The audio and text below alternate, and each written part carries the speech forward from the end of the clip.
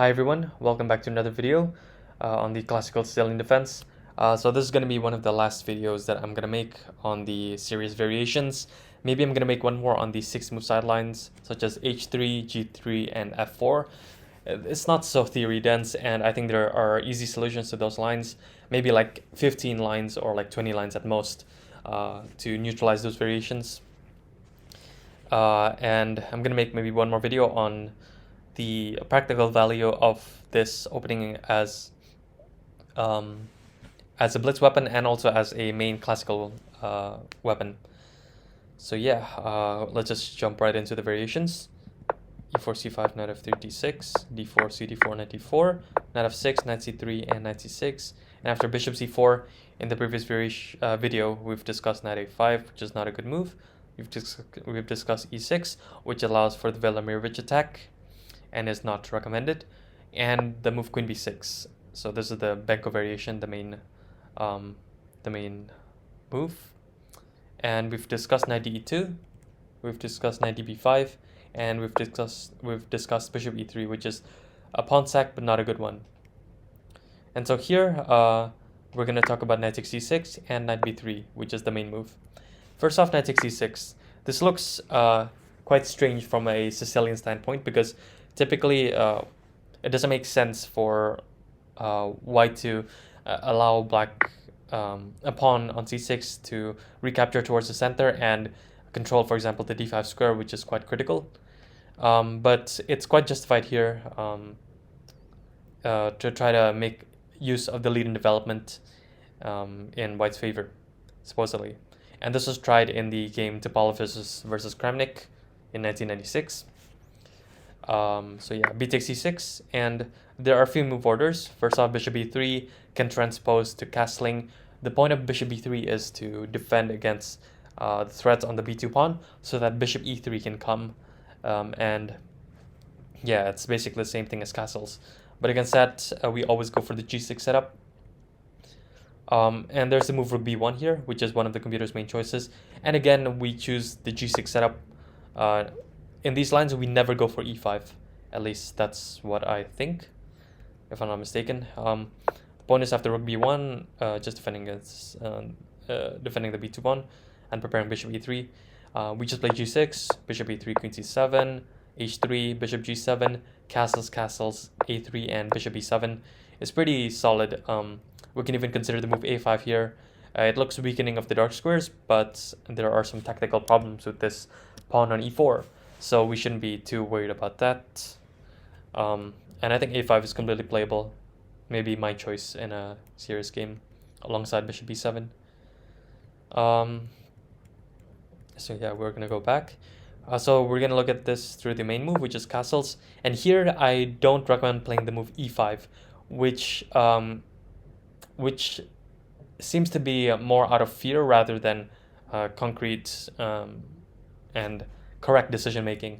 The point is that white in these lines with g6 always has the move e5 here to try to cripple our pawn structure, leaving the c6 pawn as an isolated pawn. But we shouldn't be too afraid of that, because the compensation should be more than sufficient to keep the balance. And so if we play e5 here, there are many moves that just like keep the advantage. I think bishop g5 is probably best. Taking on b2 is dangerous, so for example, queen b2, queen d3, queen b6, taking on f6, and knight d5, and black is basically busted here. So yeah, don't fall into that. After that, we also have queen c5 here, but still after b3, bishop e7, queen e1, a5, bishop e3, queen a3, and f3. The queen on a3 is terribly misplaced. Yeah, so I wouldn't want to play this position from the black side either. And there's also this move, bishop e3, which I just want to illustrate. I played a game against one of my chess friends. I played many blitz games against him in Berlin, and after bishop e7, bishop e3, queen c7, something like f4 came and castles, queen d2 or something.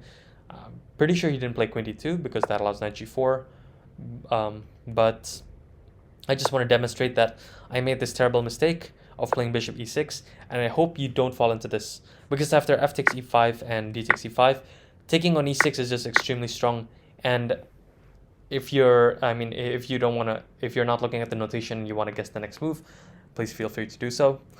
So yeah, the big reveal is that the very strong move in this position is the move queen e2.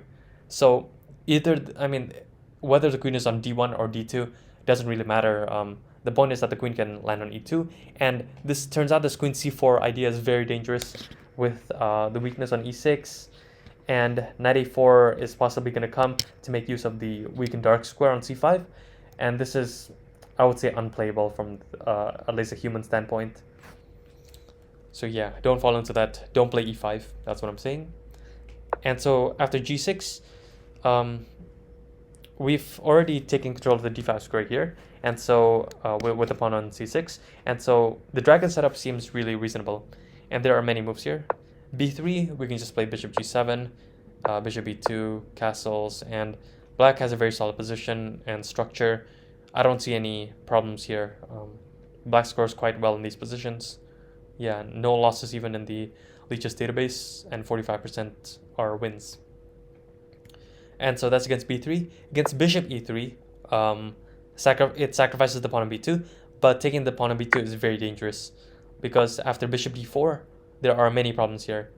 For example, if we play queen b4, they just take on f6, and after queen d4, there are threats of bishop takes f7 with the x-ray here tactic, and let's just see the continuation here.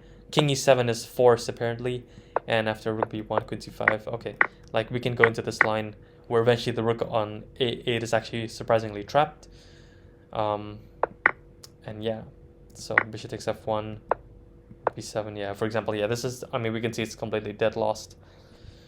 The rook is too active here.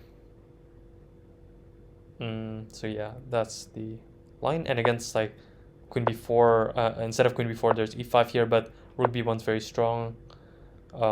Queen a3, rook b3, queen a5, bishop e3, bishop e7, bishop g5, queen c5, take on f6, queen f3, and we can eventually land on this position. White is doing like amazing if we see this position. It's so much easier to play with the white pieces here. Although objectively, even the computer doesn't seem to hate it that much, but you can see that the crippled pawn structure here, and like for at least for the meantime, the lack of development of the bishop on c8, I don't really buy this position for black, sorry. And so taking the pawn is very dangerous. Let's just see. The main recommendation is queen c7. So what I want to say is that queen takes b2, if we follow the forcing line before, that seems to be objectively the best, but I think queen c7 is the better, more practical option. And so we can just see the continuation after f4, bishop g7, king h1, castles, bishop d4, and then we can play this move rook b8. And so do not play the move e5 here, which already is telling me something's wrong, because we're already making some severe weaknesses after takes, and we can see at least that the c5 square is very weak. Bishop c5, rook e, then queen f3, and there are significant structural problems in black's position, and this is a lot better for white. And so instead of e5, we play the move rook b8, and after bishop b3, bishop a6. This seems to be completely fine for black. And so after, for example, there's the move rook f3, we can play c5 here, taking on f6, knight d5, and even though we have this crippled pawn structure, the position in at least here seems quite reasonable. We can take on b2, bishop b3, and we can go for this exchange sack, take on e4, and then play the move d5 here. And I think black is completely fine here. I actually love this position. With the bishop on e4 so dominant, yeah, and the rook on d3 and a1 are not very active. I'd love to play this position every game. Yeah, and there's a nice exchange sack as well. So against rook f3, just remember c5, and then yeah, just allow this taking on f6.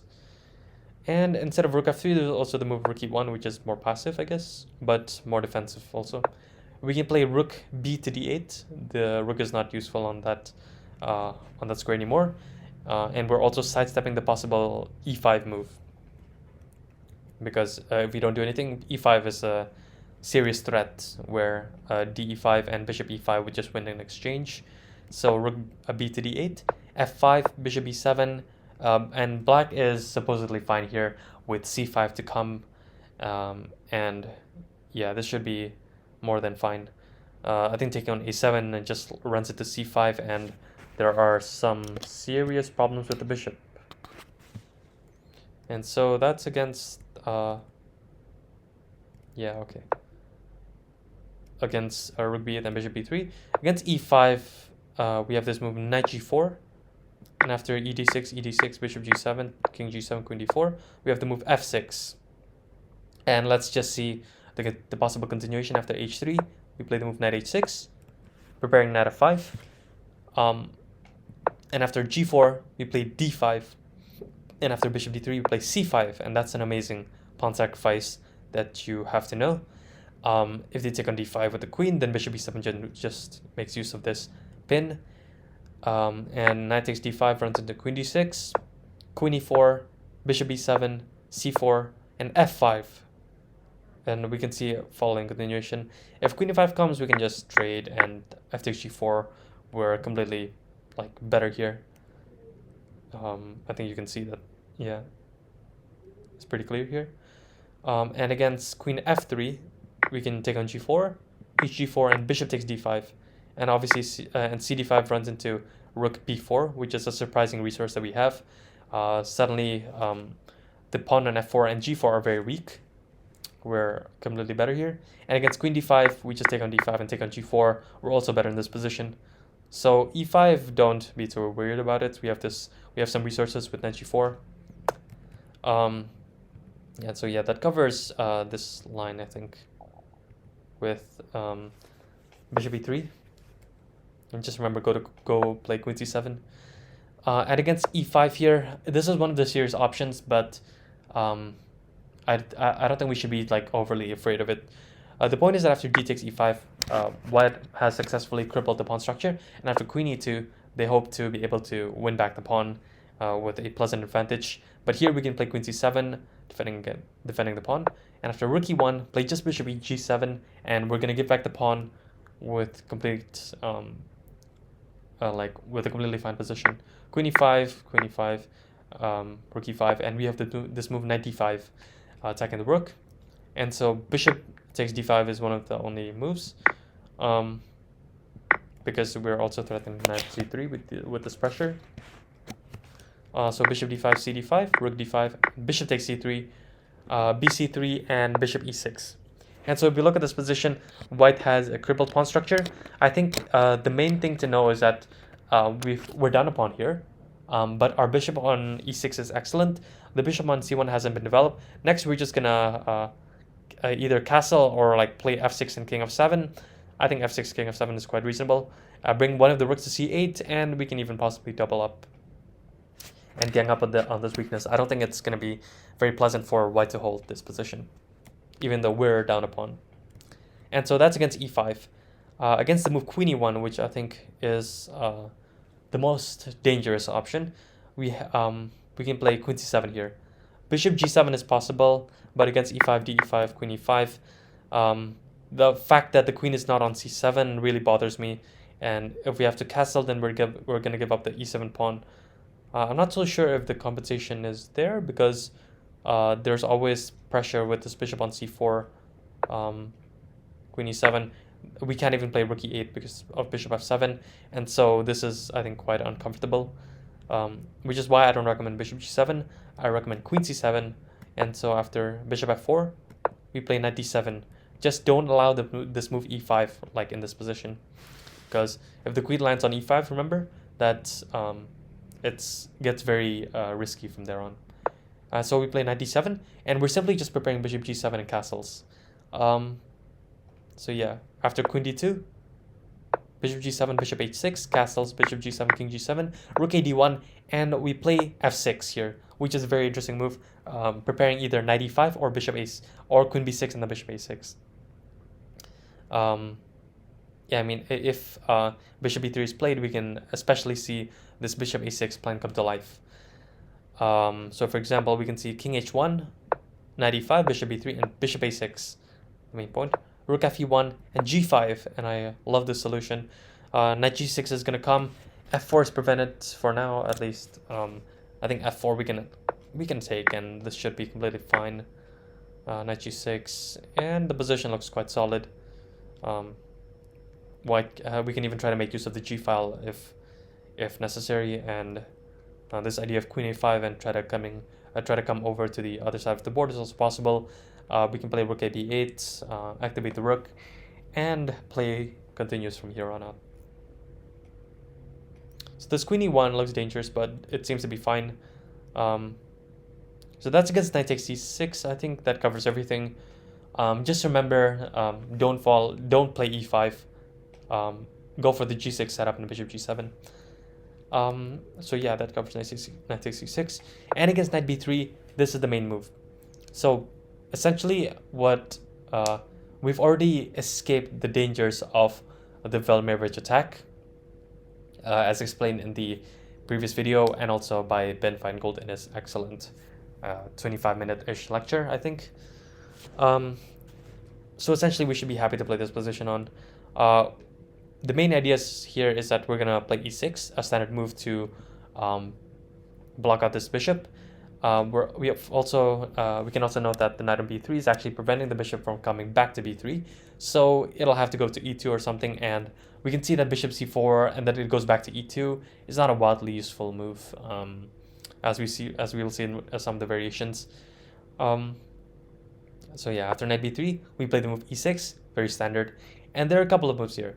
Bishop e3 kind of, I would say, falls into our hands, even though it's not like an inaccuracy or anything. The reason I say that is because our queen doesn't belong on b6. It wants to go to c7 anyways. So whether white provokes us to play queen c7 now, or like, I mean, essentially we're forced to play queen c7 now, we're quite happy because we want to play that move anyways. It's quite useful for our position in preparing a6, b5. So against bishop e3, queen c7, and there are many moves here. Bishop e2, I think we can just play a6, possibly preventing knight b5. Against a4, we play b6, very solid. We also prevent the move a5 by white. Remember, don't like fall into bishop e7, a5. I think this is very dangerous territory with the bishop b6 coming. So yeah, don't fall into that. So we play b6, castles, bishop e7, f4, castles, g4 is like one of the aggressive options, but as far as I can see, the move d5 seems to give black more than enough play. Yeah, just remember that like this, the common saying, if one side goes for the flank attack, strike in the center, or something along those lines. And here after e takes d5, there's this incredible move. I mean, it's pretty cool, I would just say. Knight b4, and black is already better here. After d6, bishop e6, the fact that g4 and f4 have been played actually just weakens white's king side, and we can make use of the open files. Yeah, and there's a lot of research to be done here, but essentially this position is more than fine and more than playable. So yeah, against f4, we can play a6, bishop d3 and b5, and we're going to play bishop e7 and bishop b7 next, and this can eventually transpose to the main line. For example, queen f3, bishop b7, castles, or queen h3. Those are, oh no, sorry, here, and the queen h3 is the main move. So we're going to go discuss this later in more detail, but essentially we have two options here. We can play either the move h5, which is a modern approach, which is recommended by Hari Krishna in his chessable course on the Taimanov, surprisingly, which covers this exact variation. And so if you want to delve into that, you should definitely buy his course. And there's the move knight b4 here, which I will discuss. I think this is like, historically has been the main move, and seems to be quite healthy, to be honest, but there's a lot of finesse that needs to be done. And we need to be ready to enter these complications. So that's against f4, it can transpose to the main line, and we're gonna go into the main line here. After castles, a6, f4, bishop e7, bishop d3, b5, queen f3, bishop e7, and we can see that we've entered the exact same position as in the previous move order. And the reason that after queen h3 and h5 I mentioned Hare Krishna's course is that because we can actually get this exact same position from the Taiwan of Sicilian in one of the special move orders, which is e4, c5, and then knight f3, e6. So we're going to enter the time one of this way. Queen c7, knight c3, a6. Pretty standard stuff. And then this bishop d3 move. We can see that it can eventually resemble the Sozin. After b5, knight b3, bishop b7, f4, d6, queen f3, bishop e7, and queen h3. So we reach the exact same position to what we just saw in our main line. So yeah, we've reached this position. There are many moves here. a4 is possible. And against that, the line that Hare Krishna gives just briefly, I'm just going to mention a few of these lines. Not all of them, obviously, for plagiarism reasons. b4, knight d1, castles, knight f2, and e5. And the knight on f2 is quite bad. I think Hare Krishna stops here, but yeah, I mean, this looks completely healthy for black. Just remember, don't play a5. I think the a5 move probably just weakens the b5 square a lot, and yeah, we should be quite happy in this position. And against rook a e1, we can play castles, queen h3, and knight b4, which neutralizes the bishop on d3. There's still a lot of work that needs to be done in this position to fully equalize, but this should be quite healthy from a theoretical standpoint. And against queen g3, we can play this move h5, and I think a lot more research needs to be done on here. Yeah, I haven't unraveled all of the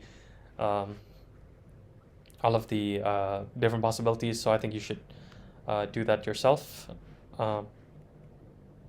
Yeah, and maybe the main move is queen h3. This is the most challenging move.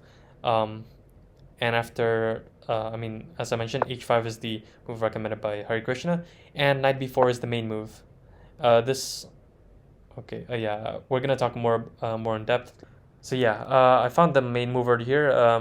So knight b4, it's very much possible, but the only reason that I recommend the move castling and allowing this crazy g4 idea by white is that because knight b4, there was a game that I saw between Victor Bologan on the black side, on the white side, against Constantin Lupulescu, played in it played in 2008, and Lupulescu is a strong GM, but he quickly got a bad position with natural thematic moves. For example, the game continued knight d4,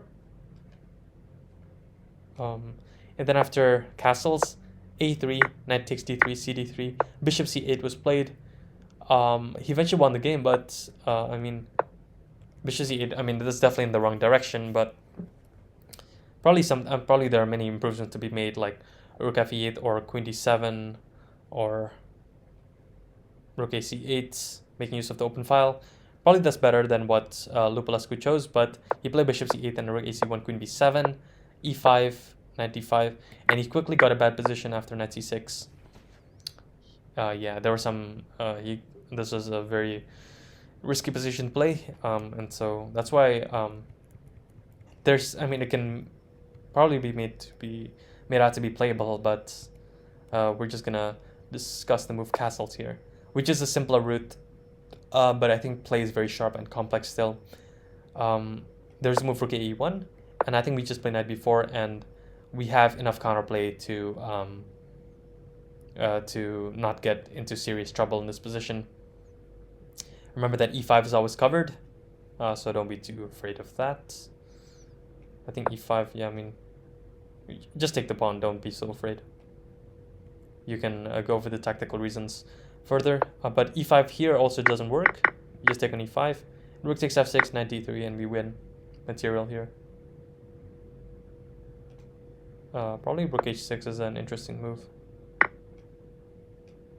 Yeah, probably the best move, but that's already like -5 already, so don't. So white has no business in doing that. Yeah.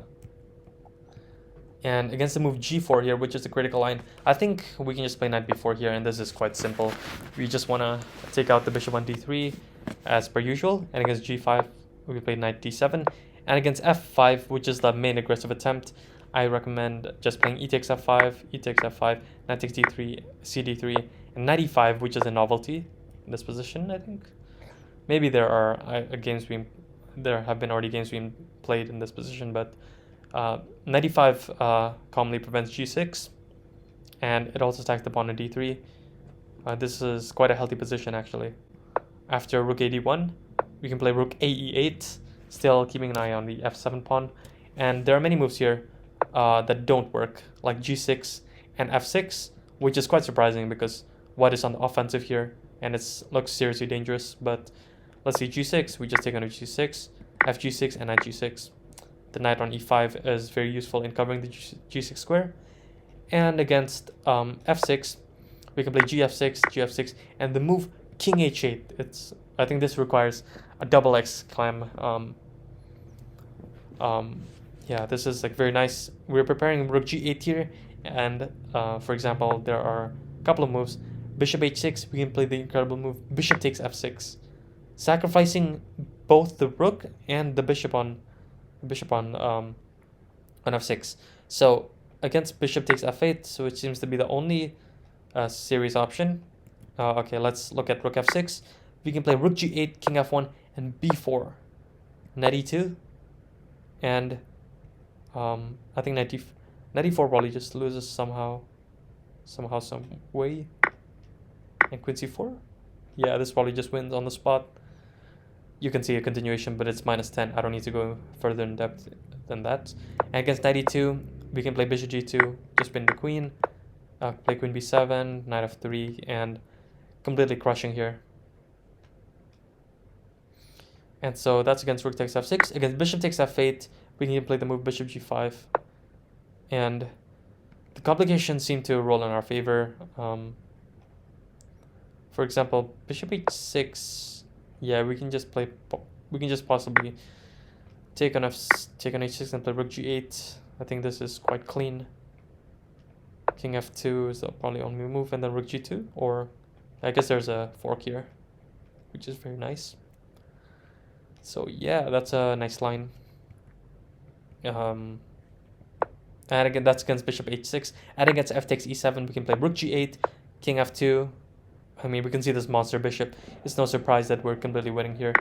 There's queen takes e7, and there's a serious threat of knight g4. So bishop d4 is like the only move.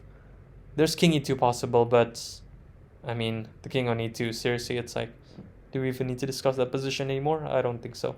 So bishop d4, rook g7 is a very nice move, and we're completely winning here. The point is that we prevent this bishop from its influence on the king. So bishop takes e5 at least is not check. And we're preparing like knight g4, for example. And if we see the recommended move is king e2, but I think knight f3 is just lights out. Probably bishop e3 needs to be played, but there are so many ways to win because we're attacking this guy. And if king f2, we just take on d4 and then play, yeah, and then play rook g2, I think. Lisa mate with queen e3 coming. Yeah, that's nice. Okay, I mean, we don't even need to look at that. If you want to do it yourself and you can look at all of the complications, feel free to do so. But let's just discuss the main move, which is d4. And against that, we can make use of this juicy c4 square. And against g6, we play fg6, fg6, and h6. So there are a couple of moves here. Bishop h6 is very tempting. I think most people looking at this position probably play that. But we can play the move queen c8 here. And the fact that our knight on c4 is extremely active, we're completely happy with trading pieces here into a winning endgame, essentially, or queenless middle game, whatever you want to call it. And against queen e6 check, king h8, bishop h6, don't take the bishop on h6. I think that is very dangerous. I don't even want to go into that. We can play this move bishop h4, which simplifies the position after rook f8, bishop f4, and queen c8 again, this nice move. And the only critical option besides queen takes c8, and we just play rook takes c8 with serious problems on the b2 pawn, and also like the knight on c3. So for example, knight b2 is possible. I think this, okay. Besides knight b2, the computer likes rook e8, not giving up the knight on c4, and this looks very pleasant. But besides that, queen e2 is a terrible mistake, even though it looks logical to threaten mate. We have queen f5 here, and we're just completely winning.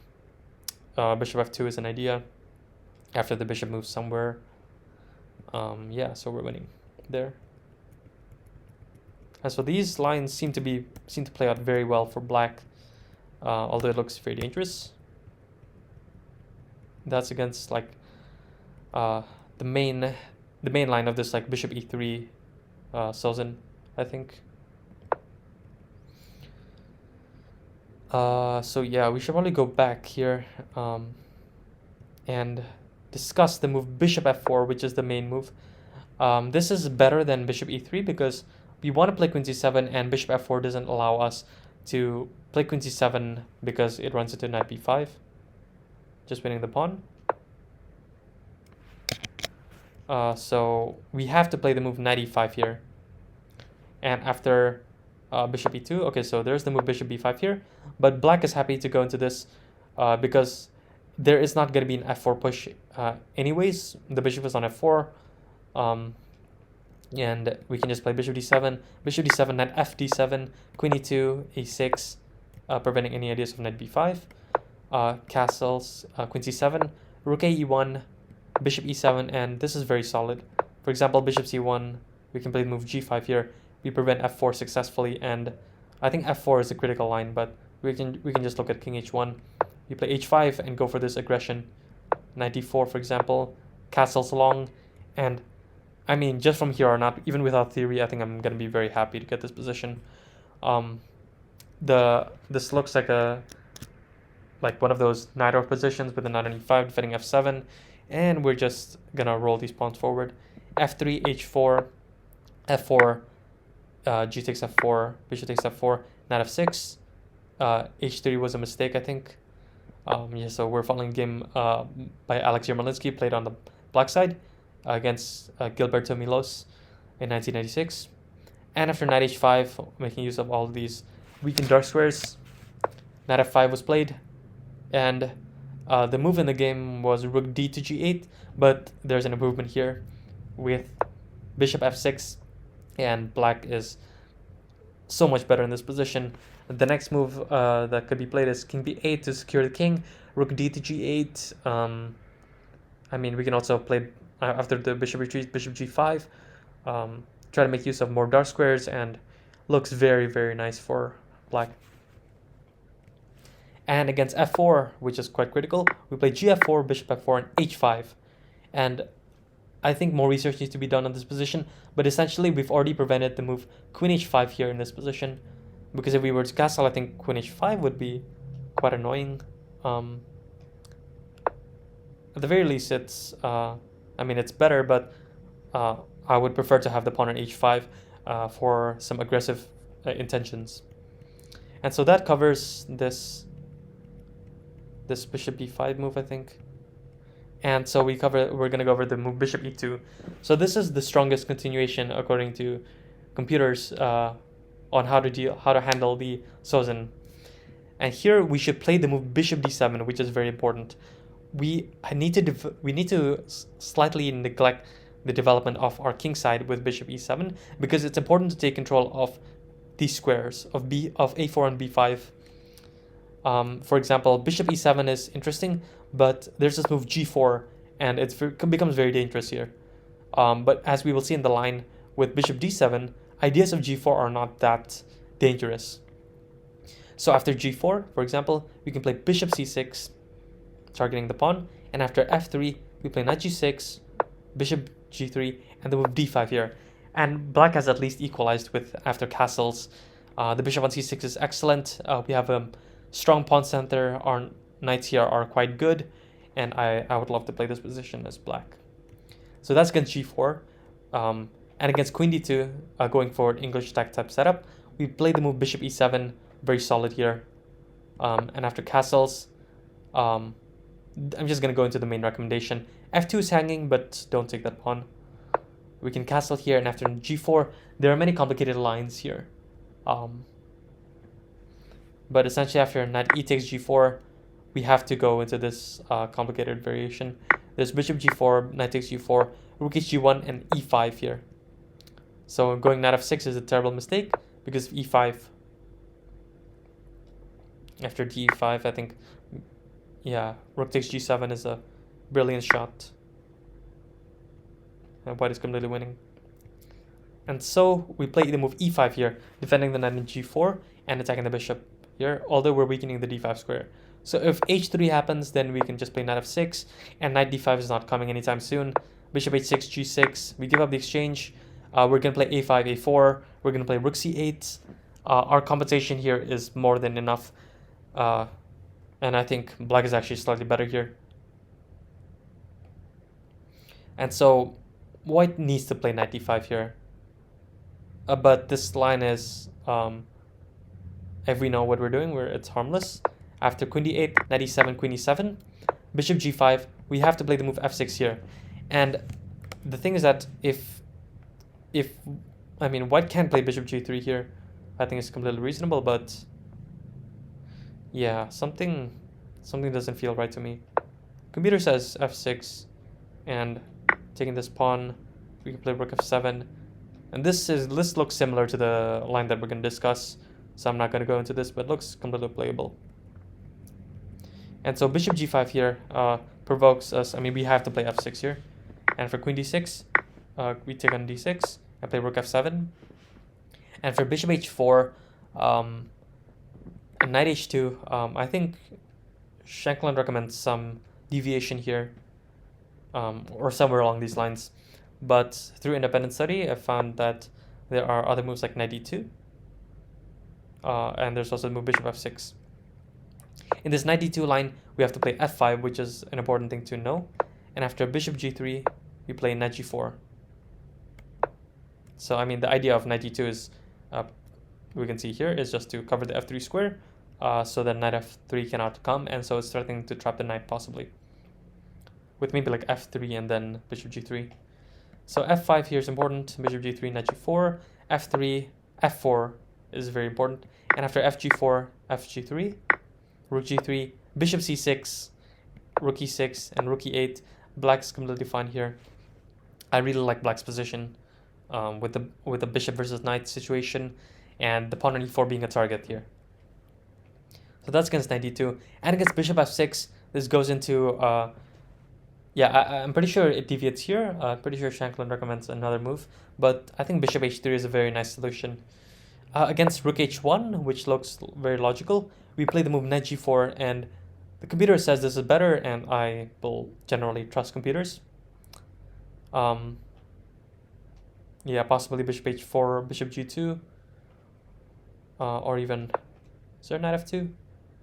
There does seem to be knight f2, with bishop g2 coming, and the bishop on f2 hangs apparently, eventually. So that's nice. And that's against rook h1, just remember knight g4. And against rook g3, we play knight g4 also. And so f3 is possible. We take on f6 with the rook. Rook takes f6, rook takes f6, rook takes rook h3, and rook c8 here. And the outside pass pawn on the h file provides black with reasonable chances to fight for the win in this endgame, which otherwise looks quite equal. So yeah, with this digging, we're using chess engines. I've been trying to find like ways to keep the game alive and trying to give a slight advantage to black wherever it's possible. And I'm pretty sure this bishop h3 move gives us that possibility. So yeah, that's the complicated line with this g4 move. So we should probably go back here. After castles, there's also the move bishop e3 here, preparing f4, which is a more classical way to play. We can play queen c7 as per usual, f4, knight c4, take on c4, and we're gonna play b5, b4 here if white does nothing. So e5 is very critical. Play de5, fe5, and we play knight d5 here. We're gonna give back. We're gonna give a 1 pawn back. Not actually back. We're just gonna give up 1 pawn, but as per usual, we're gonna get the typical bishop pair compensation. Knight d5, e d5, queen d5. We trade on d5 and play bishop c6, rook d2 defending g2, and we can play rook f8 here, with complete compensation here. Eventually, bishop d8 to c7 is going to come to target the e5 pawn, and yeah, our bishop pair compensation should provide more than enough play here for at least equality. So yeah, there are many of the moves that I've looked at in the literature to try to find why they're wrong, and castling seems to be the only playable move. I don't want to go into that because it'll just make the video much longer. So yeah, I think we've covered queen d2, bishop e7, and here. So we're gonna go into the last variation, I think, which is the move instead of g4. Remember, just play bishop c6 and etc. And the move queen d2, after which we play bishop e7 and etc. We can see the move bishop e3 here. I think this is the most. This approach seems to make a lot of sense. After queen c7, there are many moves to cover here. Knight d2, intending like f4 and covering the c4 square seems reasonable. But I think something like a6 preventing knight b5 and playing this, just playing chess and using all of these themes that we know already is quite reasonable. You should probably do your own research if you want to go into that. There's also the move castling here, which is introduced by Ilya Smirin. After bishop e7, knight d2, covering the c4 square, we can play the move castles here. There's also the move bishop c6 here, going for a more Najdorf type setup. After a4 castles, f4, knight e7, bishop f3, rook d8, knight b5, bishop takes b5, a b5, and d5. I think this is a very playable line, although it requires a lot of research. This was played in the game Smirin versus Yermolinsky in 1996. The game ended in draw, but I think it's very interesting. You should probably go in more into that if you want to know. But besides bishop c6, we're going to go over castles here, which is the most principled approach, I think. And against f4, we play knight g6. And to be honest, at first glance, I was very hesitant to put the knight in g6 because it's very unusual for the knight to be placed there. It does serve a purpose in defending black's kingside, but then again, it runs into f5 in some lines, and yeah. But I found that this to be like completely playable if we handle it right. This was played in the game Ilya Smirin versus Alexander Kalifman in 1996 also. So massive year for Classical Sicilian. And yeah, there's probably many ways to deal with this position. It doesn't make sense to cover it all, but I'm not sure if a6 is the best move to include here because of a5. So probably that's nice to know. Probably something like e5 is reasonable. Against f5, we just sack the pawn. This looks quite reasonable as well. And with bishop c6 coming. Yeah, so I really like this position actually. That's nice to know. So yeah, that covers this castle's move. And let's see knight b5. We just take on b5 and play knight c6. Seems very, very reasonable. Queen f3, a6, bishop d3, d5. And there's no real advantage for white. We already gotten the move d5 in with the excellent knight on f6. And I think after we play d5, we're very happy here. So let's just go back. There's also the move queen d4, which just prevents the rook coming to c8. And we can play the move a6 here, but this looks very dangerous, I think. After f4, knight g6, castles long, bishop e7, g4, and e5 looks very risky, with the d5 going to be weakened and white already having these pawns on the 4th rank, so advanced. And so instead of a6, we can play this move bishop e7, and after f4, knight c6, queen d2, and a6, We're not going to castle right into white's attack just yet, allowing g4 and g5, for example. And so we play a6. And after g4, we play b5, getting a lot of counterplay. g5 and b4 is a nice solution, something that you often see with this counterattack. And black seems to be slightly better here. And against f4, which is the main move, we can just go knight c4, bishop c4, queen c4, and queen d3. We can just take on d3, snap on d3, play h5, and I like this approach. This was introduced by Aswat Atalik versus Andrei Istratescu in 1996 also. And I like this approach. After a4, we just played in the game, play h4, and against h3, we can just play bishop e7, and at some point we can make use of this g3 square with knight h5, and we have a lot of dark square control. So I really like this position. Even though, I mean, bishop e7 wasn't played in the game, in the game rook h5 was played, which is an interesting move, but not one that's very good. Black eventually lost the game, so bishop e7 seems to be quite simple with easy play. And against queen f3, play bishop c6, and this is very equal, I think. Against knight a5, knight a5 is a mistake because queen b4, knight c6, queen b2, and the tactics work in our favor. King d2, bc6, we're just better here. And against, instead of knight a5, there's also the move knight d4 here, but simply we can just play rook c8. We're gonna get in b5, b4, and we can note that the white king cannot castle short because of the queen on c4, and so we should be very happy to play this position. And I think that covers everything, if I'm not mistaken, from the Sozin that I want to recommend. Just remember, don't play bishop e7 first. Bishop d7 is very important. Yeah, and that essentially covers everything that I want to bring to light. Yeah, we've covered this also. Okay, so I think that's going to be it for me, actually. I hope you enjoyed this video. Yesterday I've had a lot of fun making the first installment of the Sozin variation video, and I think this, like these two moves with knight takes e6 and the move knight b3 on move 7 are probably like the two main moves that you're gonna face in blitz games and or classical games.